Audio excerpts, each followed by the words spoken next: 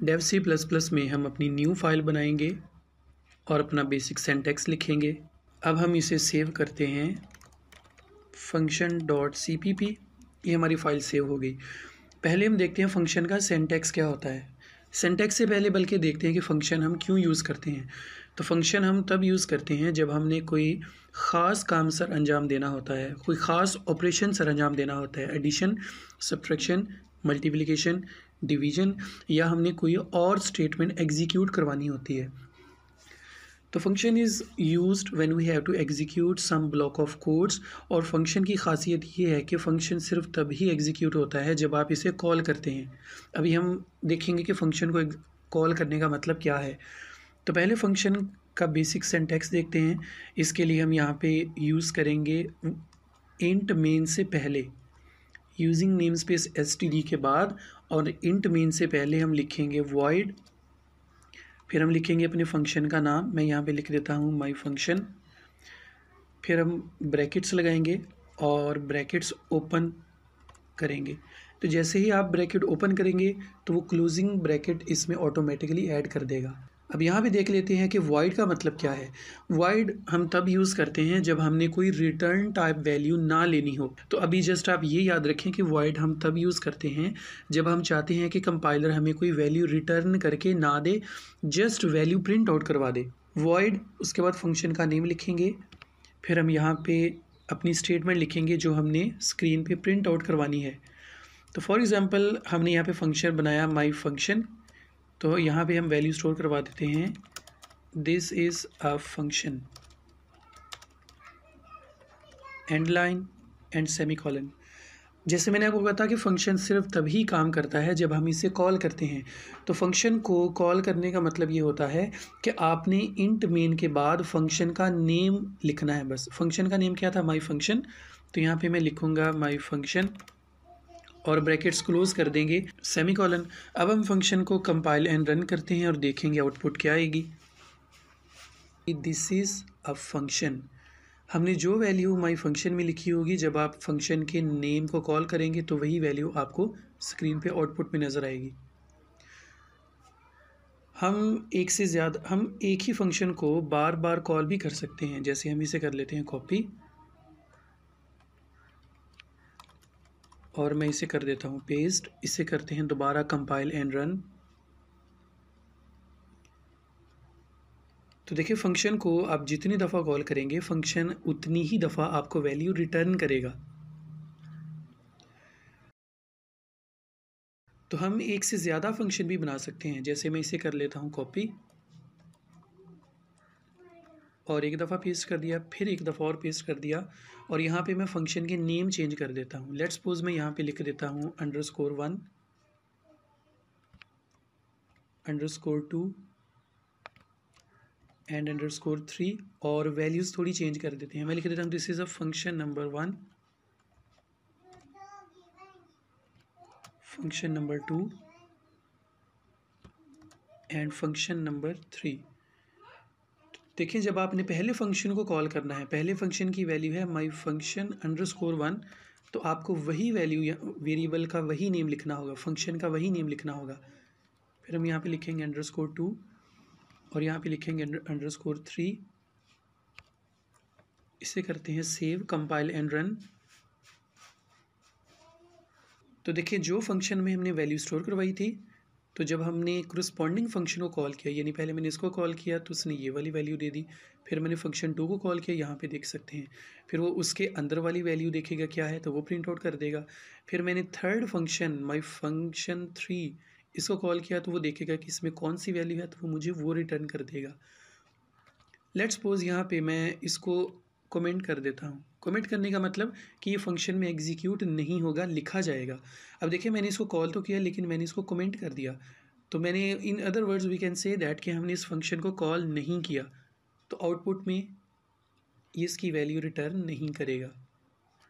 देखिए लिखा तो है लेकिन चूंकि कमेंट कर दिया गया है, जब हम किसी को कमेंट कर देते हैं तो वो फंक्शन की तो वो वैल्यू लिखी तो होती है लेकिन कंपाइलर उसको एग्जीक्यूट नहीं करवाता। लेट्स सपोज मैं दूसरे फंक्शन को भी कमेंट कर देता हूँ और मैं यहाँ पे लिख देता हूँ cout nothing function is called, या हम लिख देते हैं no one function is called. तो इसे करते हैं कंपाइल एंड रन।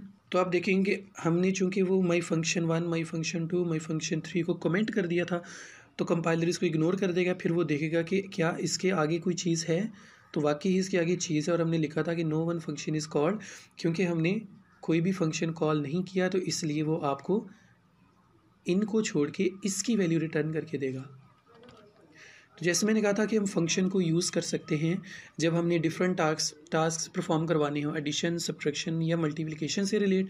तो मैं इसे फ़िलहाल थोड़ा चेंज कर देता हूँ, इसे भी मैं रिमूव कर देता हूँ। तो फंक्शन के नेम को मैं यहाँ पे रिप्लेस कर देता हूँ सम के नाम से, और इसको फ़िलहाल कर देते हैं यहाँ से डिलीट। यहाँ पे मैं वेरिएबल डिक्लेयर करूँगा int x is equal to 5। Second variable declare करेंगे int y is equal to 6। यहाँ पे हम इन दोनों को सम करवाएंगे। देखिए जब आप इन दोनों को सम करवाएंगे यानी कि x प्लस वाई, तो ये वैल्यू भी तो कहीं ना कहीं पे स्टोर होगी। तो वो हम लिखेंगे int z is equal x plus y का जो आंसर आएगा वो स्टोर कर दिया जाएगा इंट z में। अब देखें कि आपने स्क्रीन पे कौन सी वैल्यू प्रिंट आउट करवानी है, x की, y की, या दोनों को सम करके जो वैल्यू आई थी वो वाली। तो डेफिनेटली हम z की वैल्यू प्रिंट आउट करवाएंगे। और वैल्यू एक्सट्रैक्ट करने के लिए आपको पता है कि हम जस्ट वेरिएबल का नेम मेंशन करते हैं। तो यहाँ पे हम लिखेंगे सी आउट के बाद z। अब देखें कि अब हम फंक्शन को कॉल करना चाहते हैं। What is the name of our function in this case. इस केस में हमारे फंक्शन का नाम है सम। तो मैं यहाँ पे लिख दूँगा सम, सेव, कंपाइल एंड रन। तो आप देख सकते हैं कि x की वैल्यू 5 थी, y की वैल्यू 6 थी। तो z में दोनों को सम करके वैल्यू स्टोर करवाई जाएगी विच इज़ 5 + 6 दैट इज़ 11। तो वो आपको आउटपुट में 11 देगा। इसे ही हम कर लेते हैं कॉपी, वॉइड से लेकर ये ब्रैकेट तक मैंने कॉपी कर लिया, नीचे आके पेस्ट कर दिया। सम की जगह मैं यहाँ पे लिख देता हूँ प्रोडक्ट, और एडिशन की जगह हम लिख देते हैं स्टैटिक विच मीन्स मल्टीप्लिकेशन। अब हम फंक्शन को कॉल करना चाहते हैं, किस फंक्शन को, प्रोडक्ट को। तो आपको फंक्शन का नेम लिखना होगा, brackets, semicolon, compile and run, save, compile and run. तो इस बार हमारी आउटपुट में सेकंड लाइन में 30 आया। 30 क्या है, the value of second function 5 × 6, क्योंकि हमने स्टैटिक मतलब मल्टीप्लिकेशन का सिंबल यूज़ किया। तो इसी तरह से आप डिफरेंट किस्म के मैथमेटिकल ऑपरेशंस परफॉर्म कर सकते हैं। आप इसी को कॉपी कर दें और नेक्स्ट जाके इसे पेस्ट कर दें। यहाँ पे आप यूज़ कर सकते हैं डिफरेंस, और स्टैटिक की जगह आप यहाँ पे लिखेंगे माइनस। और अब आप फंक्शन को कॉल करवाना चाहते हैं, इस बार हमारा फंक्शन है डिफरेंस। अब हम फंक्शन को कॉल करेंगे जिसका नाम है डिफरेंस, ब्रैकेट शुरू, सेमीकोलन, कंपाइल एंड रन। तो इस बार वैल्यू -1 आएगी which means x - y। x की वैल्यू 5 है, y की वैल्यू 6 है, 5 - 6, तो ये -1 आंसर देगा। इसी तरह से आप इसमें डिवीजन का भी बना सकते हैं, परसेंटेज का सिंबल यूज़ करते हैं जिसको मॉड्यूलस ऑपरेटर कहते हैं। अगर आपने वो मेरा ट्यूटोरियल नहीं देखा तो C++ मैथ का ट्यूटोरियल आप देख सकते हैं। आप कॉर्नर में क्लिक करेंगे तो आई बटन में आपको उस ट्यूटोरियल का लिंक मिल जाएगा। फंक्शन के बारे में कुछ की पॉइंट्स हैं जो आपने हमेशा याद रखने हैं। तो मैंने सब फंक्शन रिमूव कर दिए, सिर्फ एक रहने दिया, सम। एक चीज़ याद रखेंगे, जो आप लिखते हैं वॉइड सम इनटू, ये सारी चीज़ जो आप लिखते हैं ये हमेशा इंट मेन फंक्शन से पहले लिखी जानी चाहिए। अगर हम ये वाली वैल्यू इंट मेन फंक्शन के बाद लिख देते हैं और फिर जाके फंक्शन को कॉल करते हैं, इस बार फंक्शन का नेम है सम, तो मैं सम फंक्शन को कॉल करूँगा, कंपाइल एंड रन, तो वो एरर देगा। क्योंकि वो कहेगा कि sum was not declare in this scope. Compiler की खासियत है कि वो हमेशा टॉप टू बॉटम वैल्यूज़ को एग्जीक्यूट करता है। तो कंपाइलर टॉप से बॉटम में देखेगा कि ये वैल्यू एग्जिस्ट करती है, फिर वो देखेगा कि यूजिंग नेम स्पेस एग्जिस्ट करता है। लेकिन जैसे ही वो यहाँ पे आएगा तो वो देखेगा कि क्या यहाँ पे फंक्शन डिक्लेयर है। अगर इंट मेन से पहले कोई भी फंक्शन डिक्लेयर नहीं है तो वो उसको एरर में लेगा। तो इसलिए ये जो चीज़ है, जो आप फंक्शन डिक्लेयर करते हैं, तो इसलिए जो अभी आप फंक्शन डिक्लेयर करें वो हमेशा आपका इंट मेन से पहले होना चाहिए। तो ये था हमारा आज का ट्यूटोरियल जिसमें हमने देखा कि फ़ंक्शन क्या है, इसका बेसिक सिंटैक्स क्या है और हम इसे क्यों यूज़ करते हैं। अगर आपको इसमें कोई कन्फ्यूजन हो या कोई पॉइंट क्लियर ना हो तो आप कमेंट बॉक्स में कमेंट करके मुझसे पूछ सकते हैं।